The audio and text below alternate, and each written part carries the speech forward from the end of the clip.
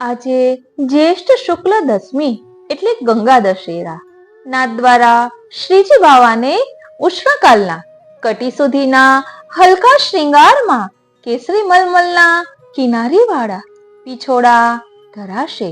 શ્રી મસ્તક પર કેસરી મલમલની શ્યામ છાંયવાળી છજ્જેદાર પાક પર શિરપેચ, લોમ, કલગી, નાગફણી એટલે કે જમાવ કતરા તથા શિશફૂલ ધરાશે. આજે ગંગા દશેરાનો ઉત્સવ છે. આજના દિવસે ગંગાજીનું પૃથ્વી પર અવતરણ થયું હતું અને શ્રી યમુનાજીએ કૃપા કરીને બેન ગંગાજીનો પ્રભુ સાથે મિલન કરાવ્યું હતું. આજે દરેક પુષ્ટિ માર્ગીય મંદિરમાં શ્રી યમુનાજી ગંગા આદિના ભાવથી જલથી કુંડ ભરી શ્રી ઠાકોરજીને નૌકા વિહારનો મનોરથ થાય છે.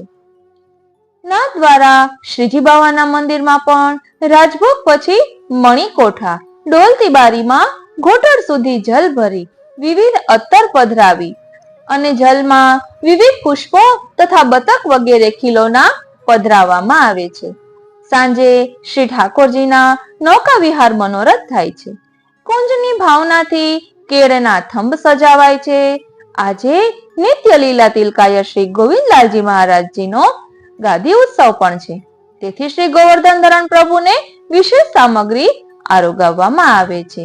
ગંગા પતિતન કો સુખ દેની સેવા કર ભગીરથ લાય પાપ કાટન કો પેની સકલ બ્રહ્માંડ ફોર કે આવત ચલત ચાલ ગજ ગયની પરમાનંદ પ્રભુ.